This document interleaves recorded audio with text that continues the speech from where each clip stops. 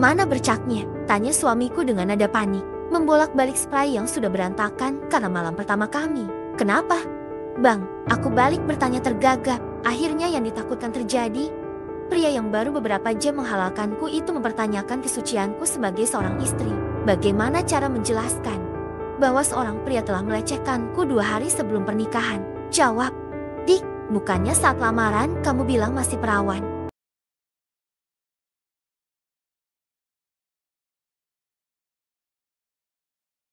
Seseorang tiba-tiba mendorong tubuhku melesat kembali masuk ke kamar mandi. Napas hangatnya membuat sesak. Bau busuk alkohol yang dulu sangat kusuka menusuk penciuman hingga mendorong sesuatu dalam perut ingin keluar. Mual, aku sangat mual. Faye, mataku melebar sempurna. Lelaki yang sudah kulupakan keberadaannya kini berdiri di depan dan berbuat kurang ajar. Kemana semua orang? Kenapa pria ini bisa masuk ke kamar? Bah, Bu, Mas Indra, tolong Lian. Aku berteriak sekuat tenaga, berharap satu dari mereka datang dan menolong. Tidak ada suara sesiapa. Rumah ini sangat sepi. Ya Tuhan, aku baru ingat tadi pagi ibu bilang akan ke rumah Bude dengan Abah karena perjalanan lumayan jauh. Tidak mungkin mereka berboncengan. Mas Indra pasti menyetir mobil untuk mereka. Diam Jalang, seru Faye meremas mulutku hingga rasa sakit dan perih menyusul kemudian. Tidak, kamu mau apa di sini? Ya Tuhan, aku sangat takut.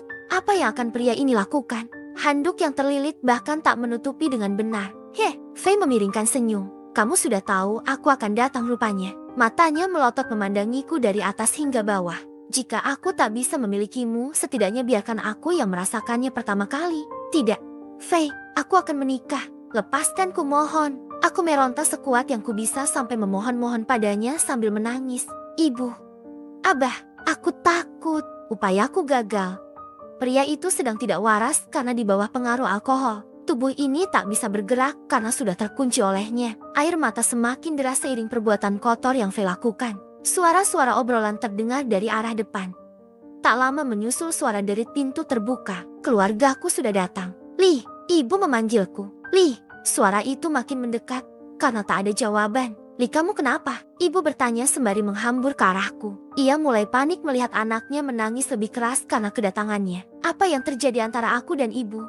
Memancing Abah dan Mas Indra turut masuk ke kamar. Kamu kenapa, Lee? Abah juga bingung melihat keadaan anaknya. Lidahku masih keluh.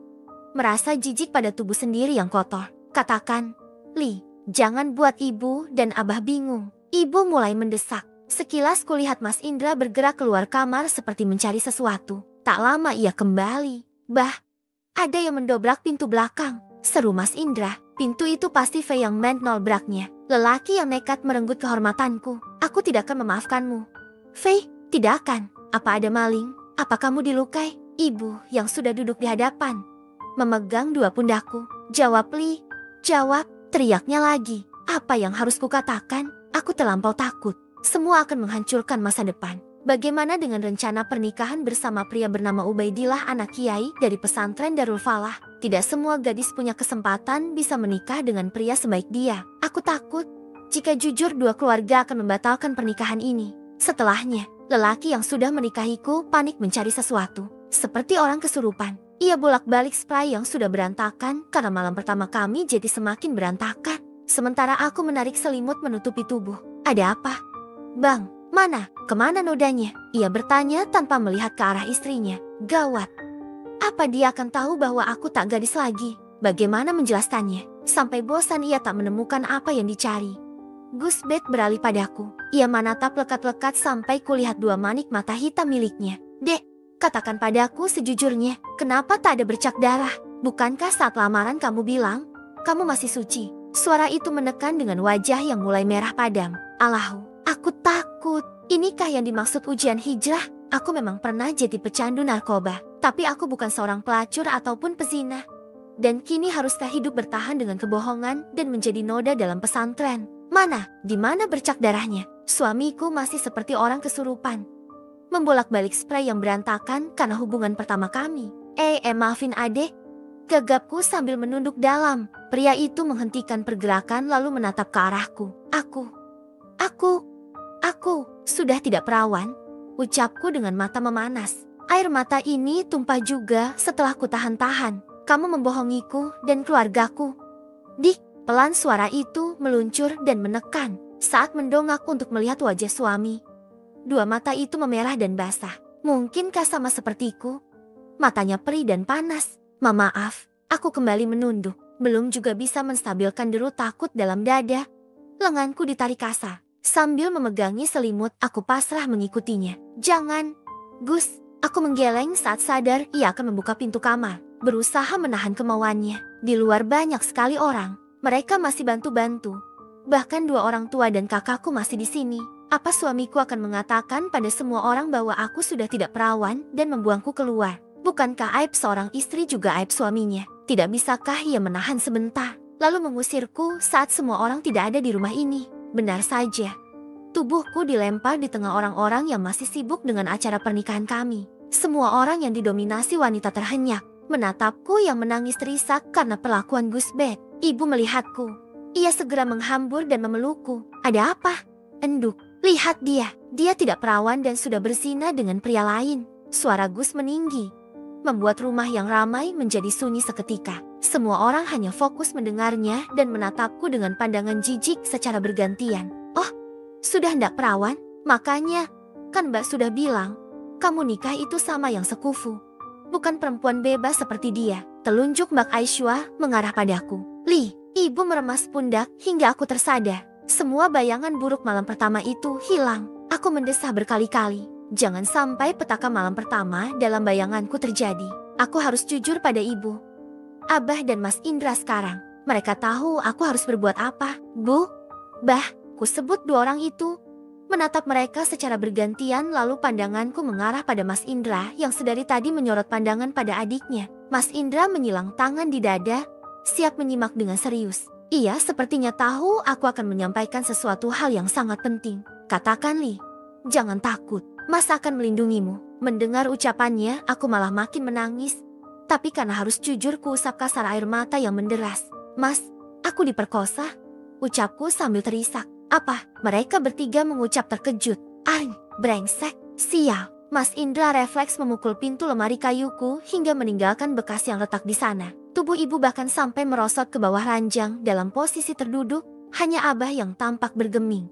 Tapi tetap saja wajah tua miliknya syok. Mas Indra marah luar biasa.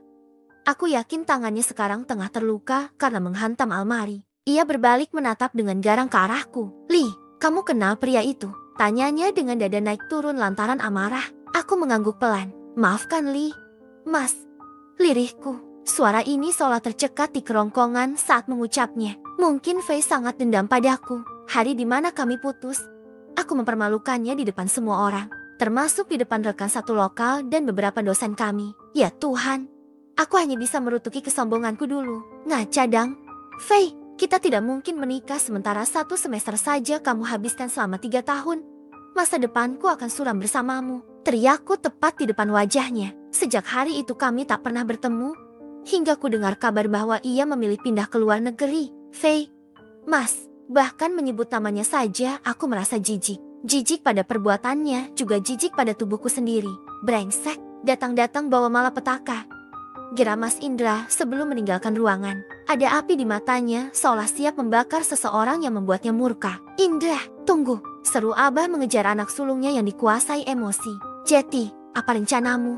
Li, ibu bertanya dengan tatapan kosong ke dinding. Kita jujur saja. Bu, jawabku tanpa ragu. Maksudmu jujur pada keluarga Kiai Abdullah? Seketika ibu menoleh. Ini adalah pembicaraan serius yang tentu saja mengundang perhatian lebih darinya. Li, enggak mau dipermalukan Gus di malam pertama.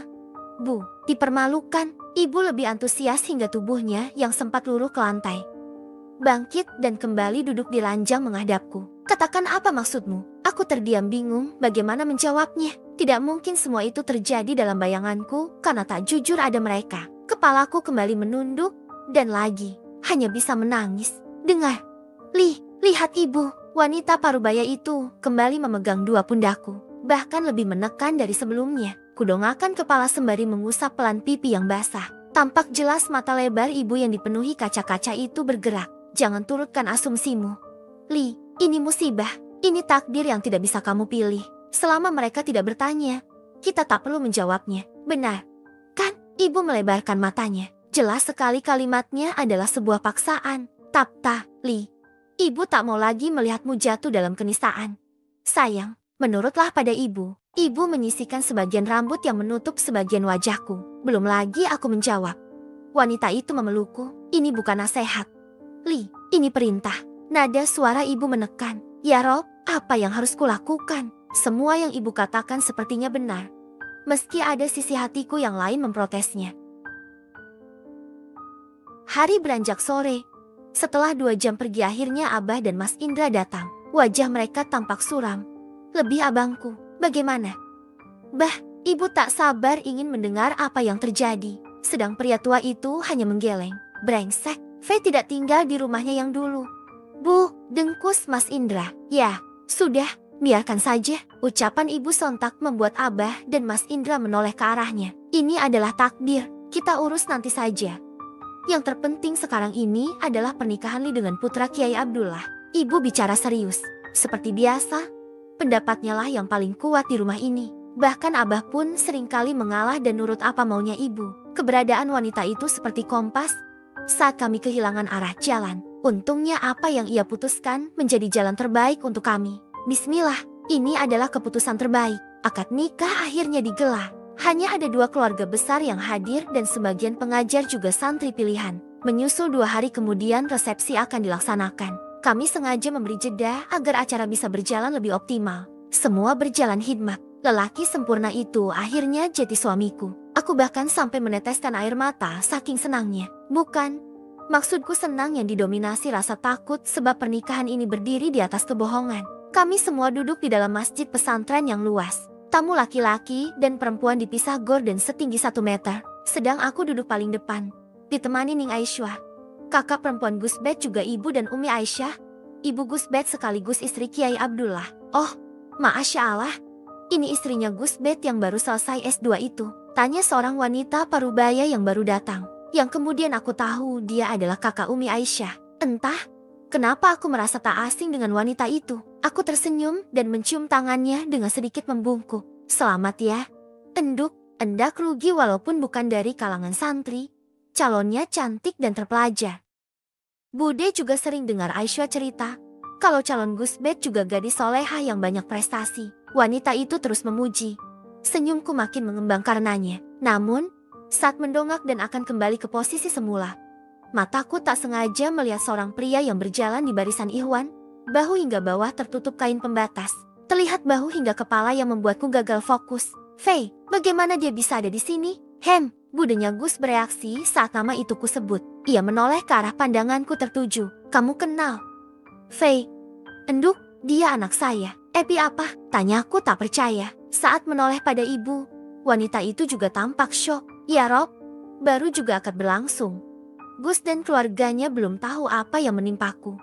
Kini masalah baru muncul. Aku dan keluargaku tak pernah tahu bahwa mereka kerabat dekat. Aku mematuk diri di depan cermin. Tampak bayangan seorang gadis yang mengenakan gamis serupa kebaya yang didesain khusus. Cantik, Li. Bayangan gadis dalam kaca memperlihatkan mata berkaca-kaca. Apa gunanya kecantikan ini jika tubuhnya tak lagi suci? Di dalam kamar, sudah hampir 1 jam aku menunggu. Gus Bet belum juga datang. Kecemasan mulai menjalar di pikiran. Mungkinkah Fei sudah bicara dengan suami Uku dan menceritakan semuanya? Aku terhenyak begitu mendengar suara derit pintu. Pria tampan yang masih mengenakan jas koko berwarna putih masuk ke kamar. Assalamualaikum. Waalaikumsalam. Jantungku berdetak tak karuan. Ya Rob, apa yang akan terjadi setelah ini? Mungkinkah apa yang kubayangkan tempo hari akan terjadi karena aku memilih diam dan meneruskan pernikahan? Jantungku detaknya tak beraturan. Apa yang terjadi selama berjam-jam aku menunggu? Pikiran buruk tentang Fei terus mengganggu. Sedikit saja bahkan tak bisa berprasangka baik pada bajingan itu. Kamu harus tetap tenang, Li. 90% dari apa yang kita takutkan seringkali tak terjadi. Gegabah hanya akan menghancurkanmu. Nasihat bijak ibu terus terngiang-ngiang dalam ingatan. Wanita itu seorang ibu sekaligus motivator bagiku. Maaf. Ya, Tik. Tadi guru abang dari Mahat tempat abang mondok dulu datang. Endak enak kalau ndak ngobrol dulu. Inggih Gus. Bang. Jawabku gugup saat melihatnya sekilas. Bibir merah Gus membentuk senyum simpul. Manis. Kenapa dia tersenyum? Jika dugaanku tentang Fei benar, harusnya Gus marah. Kecuali dia seperti malaikat. Tapi aku tak percaya jika ada manusia mbak malaikat. Ini dunia nyata. Segala sesuatunya bersifat realistis. Itulah mengapa aku memilih bungkam. Apa adek mau memulainya sekarang? Tanya Gusbet yang memandangku dengan jarak begitu dekat. Ya Tuhan, wajah tampannya yang putih berseri membuatku tak bisa menguasai diri. Detak jantung ini tak karuan. Alis tebalnya terangkat menunggu jawaban dariku. Seketika aku menunduk malu, sangat malu. Duh, malah merah begitu pipinya. Goda Gus menyentuh pipi dan mengusapnya pelan. Kehangatan tangannya menjalar hingga membuat dada semakin berdebar. Aku mencintaimu. Gus, aku sangat mencintaimu. Sebenarnya abang juga mau mulai sekarang. Dik, tapi apa dah? Tamu di luar sangat banyak. Tawa kecil menyusul pernyataan yang menunjukkan sesal dan rasa bersalah. Enggak apa-apa. Gus Ebang, keluar saja dulu. Aku menjawab cepat dengan nada canggung. Justru ini bagus. Semua itu bisa mengulur waktu untuk mencari cara menjelaskan keadaanku sebelum keduluan Fei.